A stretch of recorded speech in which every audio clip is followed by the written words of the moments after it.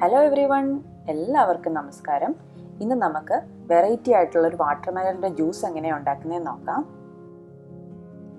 സാധാരണ ജ്യൂസ് അടിക്കുന്നതിൽ നിന്നും വ്യത്യസ്തമായിട്ട് നമ്മൾ ഈ തണ്ണിമത്തൻ്റെ ഒപ്പം ഒരു ചെറിയ കഷ്ണം ബീട്രൂട്ടും ചേർക്കുന്നുണ്ട്, പിന്നെ നാരങ്ങാനീരും ചേർക്കുന്നുണ്ട്.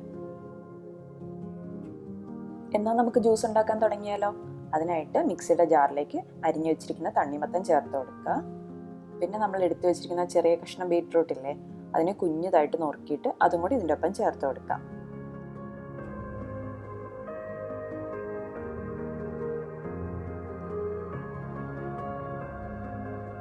ഇനി നമുക്ക് 2 ചെറുനാരങ്ങയുടെ നീരും കൂടെ ഇതിലേക്ക് ചേർത്ത് കൊടുക്കാം.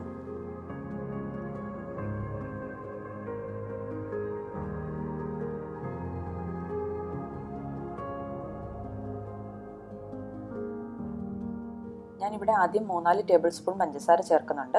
ഒന്ന് ജസ്റ്റ് ഒന്ന് മിക്സിയിൽ അടിച്ചെടുത്ത് കഴിഞ്ഞിട്ട് നമുക്ക് നോക്കാം, മധുരം കുറവാണെന്നുണ്ടെങ്കിൽ വീണ്ടും ചേർത്ത് കൊടുക്കണം.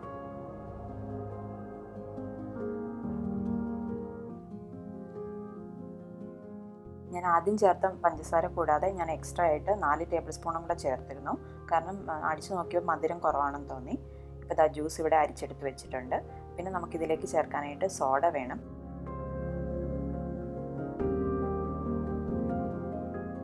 ജ്യൂസിലേക്ക് ഇടാനായിട്ട് തണ്ണിമത്തൻ്റെ കഷ്ണങ്ങൾ ചെറുതായിട്ട് അരിഞ്ഞു വെച്ചിട്ടുണ്ട്, കുരുവൊന്നും ഇല്ലാതെ.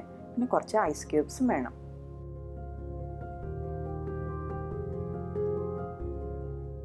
ഇനി നമുക്ക് നോക്കാം ജ്യൂസ് എങ്ങനെയാണ് സെറ്റ് ചെയ്തെടുക്കാമെന്ന്.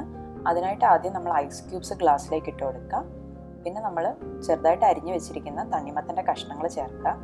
പിന്നെ നമ്മൾ വെള്ളമൊന്നും ചേർക്കാതെ അടിച്ചെടുത്ത് വെച്ചിരിക്കുന്ന ജ്യൂസ് ഇതിലേക്ക് ഒഴിച്ചു കൊടുക്കാം. ഇനി അതിൻ്റെ മുകളിലേക്ക് നമ്മൾ എടുത്തു വെച്ചിരിക്കുന്ന സോഡ അതും കൂടെ ചേർത്ത് കഴിഞ്ഞാൽ നമ്മുടെ ജ്യൂസ് റെഡിയായി. സോഡയും കൂടെ ഒഴിച്ചിട്ട് കുടിക്കുമ്പോഴാണ് ഇതിന് നല്ലൊരു വെറൈറ്റി ടേസ്റ്റ് വരും. നിങ്ങളെല്ലാവരും ഇത് ട്രൈ ചെയ്ത് നോക്കണം. പിന്നെ നിങ്ങളുടെ അഭിപ്രായങ്ങളും ഫീഡ്ബാക്കും ഒക്കെ എന്നെ അറിയിക്കാനായിട്ട് മറക്കരുത്. സബ്സ്ക്രൈബ് ചെയ്യാത്തവരുണ്ടെങ്കിൽ please subscribe to my channel. വേറൊരു വീഡിയോയിലൂടെ വീണ്ടും കാണാം. അതുവരേക്കും ബൈ ബൈ.